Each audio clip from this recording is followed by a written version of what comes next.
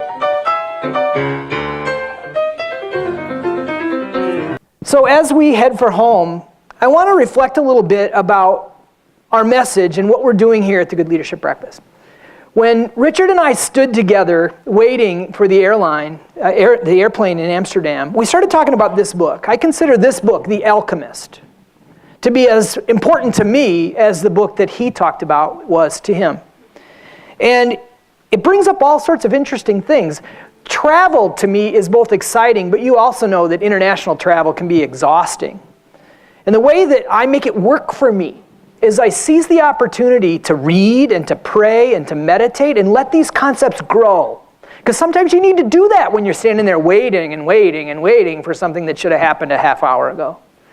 And what really struck me was how much the message that he has and the message that's in this book and many others about how important it is to open up our hearts as we lead. It makes us vulnerable, and you can get hurt.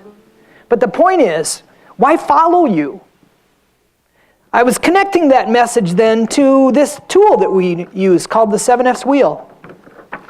And it occurred to me that as I look at the wheel, if I turn it just slightly so that the intersection between faith and future is at the top,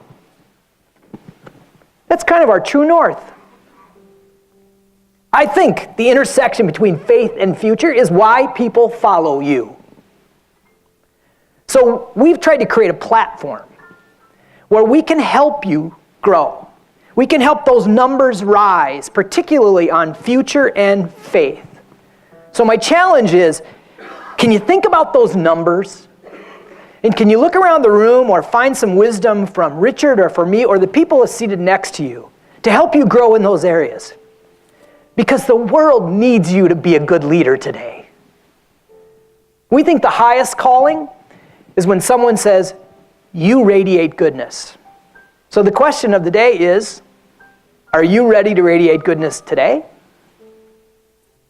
Are you ready to radiate goodness today?